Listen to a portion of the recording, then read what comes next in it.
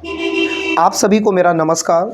आज हम लोग जिस टॉपिक पर डिस्कस करने वाले हैं वो आपने थंबनेल देख के समझ लिया होगा। सूर्योदय और सूर्यास्त के समय वास्तव में सूर्य हमें लाल रंग का क्यों प्रतीत होता है। आपके मन में ऐसा कई बार प्रश्न भी आया होगा कि आपने देखा भी होगा कि दोपहर के समय में हमें अजीब सी सफ़ेद और पीले रंग का प्रकाश दिखाई देता है और हमारी हिम्मत भी नहीं होती कि सूर्य की तरफ बेहतर तरीके से देख पाएँ, क्योंकि हमारी आँखों में अधिक प्रकाश आने के कारण हम स्पष्टता उस तरफ नहीं देख पाते हैं। लेकिन अगर हम बात करते हैं कि सुबह और शाम की, तो वास्तव में इस एक्टिविटी को आपने भी नोटिस किया होगा कि सूर्योदय और सूर्यास्त के समय हम सूर्य की ओर जब भी देखते हैं तो हमें लाल रंग दिखाई देता है। इसके पीछे लॉजिक क्या है, इसके पीछे साइंस क्या कहती है, इसके पीछे फिजिक्स क्या कहती है, इसके संबंध में जानने से पहले आप कुछ बेसिक बातों को सुनिए। एक वैज्ञानिक थे फिजिक्स के, जिनका नाम था बेटा लॉर्ड रेले। आपने अगर कहीं भी लाइफ में फिजिक्स पढ़ी है तो आपने इनका नाम ज़रूर सुना होगा। और एक वैज्ञानिक थे डॉक्टर सर सीवी रमन। पहले दोनों के बारे में कुछ बेसिक बातें समझ लेते हैं, फिर हम पूरा एक्चुअल फॉर्मेट डिफाइन कर देंगे। लॉर्ड रेले जो फिजिक्स के साइंटिस्ट थे, इन्होंने बताया था जैसे कोई प्रकाश की किरण आती है, वो प्रकाश की किरण एक सीधी रेखा में तरंगों के रूप में चलती है। इस तरह से उन्होंने बताया।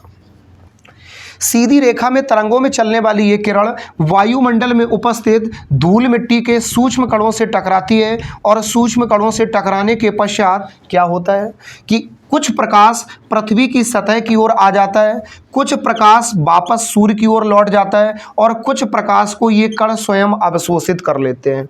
यानी भौतिकी वैज्ञानिक लॉर्ड रेले ने ऐसा बताया था कि सूर्य से आने वाला प्रकाश किरणों, सीधी रेखा और तरंगों के रूप में चलता है, जिसके साथ तीन प्रकार की घटनाएं घटित होती हैं, जिसमें कुछ प्रकाश तो वहीं उन कणों के द्वारा अवशोषित कर लिया जाता है जिनसे टकराता है सूर्य का प्रकाश, और कुछ प्रकाश अपवर्तित होकर पृथ्वी की सतह पर आ जाता है और कुछ प्रकाश वापस लौट जाता है।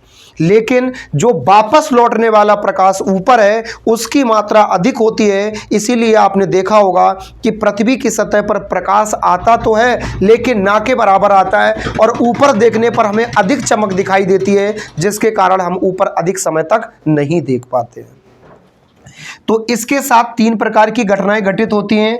और लॉर्ड रेले ने यह भी कहा था कि आपतित होने वाले प्रकाश की तीव्रता का मान उसकी तरंग दैर्घ्य के चतुर्थ घात के व्युत्क्रमानुपाती होता है। मतलब जिसकी तरंग दैर्घ्य जितनी ज्यादा होगी उसके प्रकाश की तीव्रता उतनी कम होगी। अब कहोगे सर तरंग दैर्घ्य क्या होता है, तो तरंग दैर्घ्य को हम सरल भाषा में परिभाषित कर सकते हैं। तरंग दैर्घ्य को इंग्लिश में हम वेवलेंथ कहते हैं। वेवलेंथ से तात्पर्य वेव का मतलब तरंग और लेंथ का मतलब लंबाई, यानी तरंग की लंबाई ही तरंग दैर्घ्य है। तरंग दैर्घ्य की हम दो परिभाषाएं दे सकते हैं। जैसे आपने इस प्रकार से देखा होगा कि तरंगें इस प्रकार से गमन करते हुए जाती हैं, तो इसके संबंध में तरंग दैर्घ्य की हम परिभाषा दे सकते हैं, यहाँ से यहाँ तक आधा चक्कर और यहाँ से यहाँ तक एक चक्कर, यानी एक चक्कर यहाँ पूरा हुआ, इसको हम बेटा बोलते हैं टाइम पीरियड यानी आवर्तकाल। यहाँ से लेके यहाँ तक तय की गई दूरी को हम वेव लेंथ बोल सकते हैं। एक तरंग तक की दूरी तरंग दैर्घ्य कहलाती है। इसको हम किससे डिनोट करते हैं, लैम्डा से। लेकिन दूसरी अगर तरंग दैर्घ्य की परिभाषा देना चाहें तो हम कह सकते हैं पर्दे पर प्राप्त होने वाले प्रकाश के पट्टी की मोटाई जितनी ज्यादा होगी उसकी तरंग दैर्घ्य उतनी ज्यादा होगी। पर्दे पर प्राप्त प्रकाश की जो मोटाई है, पट्टी की जो मोटाई है, वही तरंग दैर्घ्य कहलाती है। अब आप हो सकता है इस पॉइंट को ना समझ पा रहे हो। हमने मान लिया ये एक लेयर है, एक ये स्क्रीन है, यहां से आपने टॉर्च जलाई और प्रकाश इस पे आया, इसकी जो ये मोटाई है बस वही बेटा तरंग दैर्घ्य कहलाती है। और जो विजुअल तरंग दैर्घ्य होती हैं वो 3900 एंगस्ट्रॉम से 7800 एंगस्ट्रॉम के बीच होती हैं। इससे अधिक तरंग दैर्घ्य का प्रकाश हमें कभी दिखाई नहीं देता है और 3900 एंगस्ट्रॉम से कम तरंग दैर्घ्य का प्रकाश कभी दिखाई नहीं देता है। सिर्फ जिन किरणों को हमारी आंखें देख पाती हैं वो 3900 एंगस्ट्रॉम से लेके 7800 एंगस्ट्रॉम के मध्य आता है, जिसमें सबसे कम तरंग दैर्घ्य जिस रंग की होती है उसको बेटा हम बैगनी रंग के नाम से जानते हैं। सबसे अधिक तरंग दैर्घ्य जिसकी होती है उसको हम बेटा लाल रंग के नाम से जानते हैं। चलिए हम लोग बेसिक बातें कर लेते हैं। लॉर्ड रेले का नियम क्लियर हो गया, यानी इस संबंध में लॉर्ड रेले ने कहा था कि आने वाली प्रकाश की किरण वायुमंडल में उपस्थित धूल मिट्टी के कणों से टकरा के तीन क्रियाएं होती हैं। कुछ प्रकाश पृथ्वी की सतह पे आ जाता है, कुछ प्रकाश परावर्तित होकर लौट जाता है और कुछ प्रकाश इन कणों के द्वारा स्वयं अवशोषित कर लिया जाता है। इस हिसाब से पृथ्वी की सतह पर आने वाला प्रकाश ना के बराबर होता है, बहुत कम मात्रा में आ पाता है, फिर भी इतनी संपूर्ण पृथ्वी को प्रकाशित किए रहता है। अच्छा, ये जो लिखा देख रहे हैं बेटा, हमें उम्मीद है कि आपने इसको फॉलो कर लिया होगा। आप अच्छे बच्चे हैं, आप ईमानदार बच्चे हैं। अभी बैठ जाओ बेटा, अभी बैठ जाओ।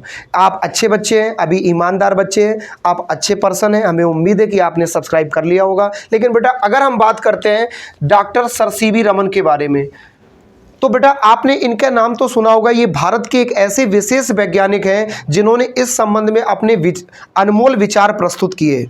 ये घटनाक्रम उस समय होता है, ये घटना है सर वर्ष 1921 ईस्वी की, जब doctor sir CV Raman ji London से भारत वापसी यात्रा कर रहे थे। उस समय वायु मार्ग से यात्रा करने वाले थे, लेकिन किसी कारणवश वो अपनी इस यात्रा को पूरा करने में सक्षम ना हुए। तो इन्होंने अपनी यात्रा का जो मार्ग चुना वो एक समुद्री मार्ग चुना। तो समुद्री मार्ग से जब वो भारत वापस आ रहे थे, उसी समय उन्होंने वायुमंडल में घटित होने वाली विभिन्न घटनाओं को देखा और उन घटनाओं का अध्ययन किया, और अध्ययन करने के पश्चात कुछ बताया कि सूर्य से आने वाला प्रकाश पृथ्वी की सतह पर आता तो है, लेकिन प्लांक का एक क्वांटम सिद्धांत को उन्होंने फॉलो करते हुए बताया कि सूर्य से आने वाला प्रकाश छोटे छोटे बंडलों या पैकेटों के रूप में आता है। अब आपको लग रहा होगा कि सर क्या बंडल या पैकेट क्या ऊपर से भगवान बांध बांध के फेंकते हैं? ऐसा नहीं है। ईश्वर बंडल को बांध बांध के नहीं फेंक रहा। हम आलू के पैकेट, हम लौकी के पैकेट, हम तुरई के पैकेट, हम सब्जियों के पैकेट, हम धान के पैकेट या गेहूं के पैकेट की बात नहीं कर रहे हैं। हम उस क्वांटा या फोटान की बात कर रहे हैं जो छोटे छोटे कणों के रूप में सूर्य का प्रकाश पृथ्वी की सतह पर आता है, हम उसकी बात कर रहे हैं। अब कहेंगे सर वो वहां से बांध के कौन फेंकता है? वो कोई बांध के नहीं फेंकता, वो छोटे छोटे सूक्ष्म कण पृथ्वी की सतह पर स्वयं कणों के रूप लेकर के आते हैं। क्योंकि आपने अभी सुना था वायुमंडल में कणों से टकरा के, मिट्टी के कणों से, धूल के कणों से, गैस के कणों से टकरा के प्रकाश के 3 प्रकार हो जाते हैं, 3 कैटेगरी हो जाती हैं। तो वैसे ही बेटा ये हमारा जो प्रकाश है वो पैकेट के रूप में वहीं टुकड़ों में बढ़ता हुआ चला जाता है, यानी आने वाला प्रकाश छोटे छोटे बंडलों के रूप में आता है। आपको हम दोनों चीज़ें दिखा सकते हैं। आप रो के दिखाइए या आंखों में पानी लगाइए। दोनों स्थितियों में जब आप बल्ब की ओर देखोगे, आपको ऐसा लगेगा जैसे किरणें आपके आंखों की ओर आ रही हैं। पहली स्थिति स्पष्ट हुई, लॉर्ड रेले का नियम कि प्रकाश किरणों के रूप में चलता है, सीधी रेखा में तरंगों के रूप में चलता है। पॉइंट नंबर 2, अगर आप पैकेट देखना चाहो, 30 सेकंड के लिए अपनी आंखों पे शटर डालिए, आंखों को बंद करिए, और बंद करने के बाद जब आप आंखें खोलेंगे, रुक जाइए, अभी वीडियो को देख लीजिए। 30 सेकंड बाद जब आप आंखों को खोलोगे, उस दौरान आपको ऐसा लगेगा जैसे मच्छरदानी की हल्की हल्की लेयर आपके अपने आंखों के सामने लगी हुई है। वो हल्के हल्के छिद्र, वो हल्की हल्की मच्छरदानी की लेयर आपको जिसके रूप में प्रतीत होती है, उसको ही बेटा हम किस नाम से जानते हैं? क्वांटा या फोटान के नाम से जानते हैं। अब आप कहेंगे सर मुद्दे की बात बताओ। मुद्दे की बात ही तो बता रहे हैं, इसीलिए तो समय लग रहा है, वरना डायरेक्ट अगर टॉपिक का नाम बताना होता उससे समझ में तो कुछ नहीं आता। बात को समझिए। डॉक्टर सर सीवी रमन ने बताया प्रकाश पृथ्वी की सतह पे छोटे छोटे बंडलों या पैकेट के रूप में आता है, जिन्हें क्वांटा या फोटान कहते हैं। और इन्होंने प्रत्येक फोटान के पैकेट की जो ऊर्जा है वो कितनी बताई? h न्यू, जिसमें h एक कांस्टेंट वैल्यू है जिसको प्लांक नियतांक के नाम से जानते हैं, जिसका मान होता है 6.64 इंटू 10⁻34। इसमें न्यू का मतलब फ्रीक्वेंसी से है। 11th क्लास में आपने एक वर्ड पढ़ा होगा स्मॉल f, इसको भी हम फ्रीक्वेंसी के लिए इस्तेमाल करते हैं। 11th क्लास में एक वर्ड पढ़ा होगा n, जिसको हम फ्रीक्वेंसी के लिए इस्तेमाल करते हैं। एक वर्ड होता है न्यू, ये बी जैसा बनता है, वी नहीं होता है, इसको बेटा हम बोलते हैं न्यू, ये भी फ्रीक्वेंसी के लिए इस्तेमाल करते हैं। यानी कि प्लांक के क्वांटम सिद्धांत की मदद लेते हुए doctor sir CV Raman ji ने बताया कि सूर्य से आने वाला प्रकाश छोटे छोटे बंडलों या पैकेटों के रूप में आता है, और यह विभिन्न कणों से टकराता हुआ पृथ्वी की सतह पर आता है। अब कहोगे सर ऐसा ये सब बता रहे हो, मुख्य बात बताओ। बस बेटा मुख्य बात इसी के अंदर निहित थी। अब समझो हम कह क्या रहे हैं। हम यह कहना चाहते हैं कि पृथ्वी पर आने वाला प्रकाश सूर्य से आता तो है, लेकिन हमारे वायुमंडल में प्रवेश करने के पश्चात विभिन्न कणों से टकराता हुआ आता है। और विभिन्न कण किसके होते हैं?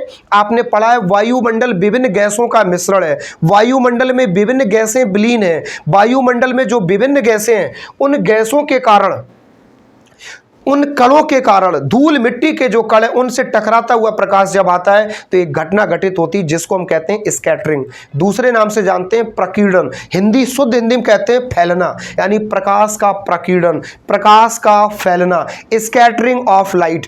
प्रकाश इन कणों से टकरा के फैल जाता है और फैलने के पश्चात आपको पता है कि सबसे ज्यादा तरंग दैर्घ्य होती है लाल रंग की 7800 एंगस्ट्रॉम, यानी 7800 एंगस्ट्रॉम लाल रंग की तरंग दैर्घ्य होती है। यानी लाल रंग एक ऐसा रंग है जिसमें प्रकीर्णन सबसे कम होता है, सबसे कम फैलने वाला रंग लाल रंग है और सबसे अधिक फैलने वाला रंग बैंगनी रंग है। सबसे कम फैलने के कारण रेड लाइट के रूप में भी हम लोग लाल रंग का इस्तेमाल करते हैं ताकि अधिक दूरी तक इसका प्रभाव छोड़ा जा सके। इसीलिए सूर्य का प्रकाश तो श्वेत प्रकाश है जो 7 रंगों का मिश्रण है, जिसको बिबग्योर के नाम से भी जानते हैं। यानी सूर्य से हमें 7 रंग प्राप्त होते हैं, लेकिन सबसे कम फैलने वाला रंग लाल रंग है। अब ऐसा ही क्यों होता है कि हमें लाल ही क्यों दिखाई देता है, तो कारण समझो। जैसे ये हमने पृथ्वी मान ली, ये हो गई पृथ्वी। पृथ्वी के बाद में क्या है, यहाँ पे मान लो यहाँ पे सुबह के समय, एक्चुअली बेटा सूर्य है तो सूर्य तो हम सूर्य के हिसाब से ही बना दें। ये हमने मान लिया बेटा सूर्य है, क्लियर, ये सूर्य है, ये होता है सुबह है। यहाँ पे बेटा सूर्य है, ये सूर्य होता है यहाँ पे कब, शाम को, सॉरी दोपहर में। यहाँ पे सूर्य है, ये सूर्य इधर होता है शाम को दोपहर, और यहाँ कहाँ है बेटा सूर्य, सुबह। ये सूर्य की 3 स्थिति है। अब यहाँ ये पृथ्वी है और इस पृथ्वी की सतह पे कोई मनुष्य है। अब बेटा हमारी कला आप शायद कम जानते हो, लेकिन जो बच्चे हमसे जुड़े हैं वो जानते होंगे, भगवान के नाम पे चलती है। बाकी कला में हम बहुत एक्सपर्ट हैं, और जब हम कला पढ़ते थे उस समय कई बार बच गया राष्ट्रपति पुरस्कार मिलते मिलते हमें।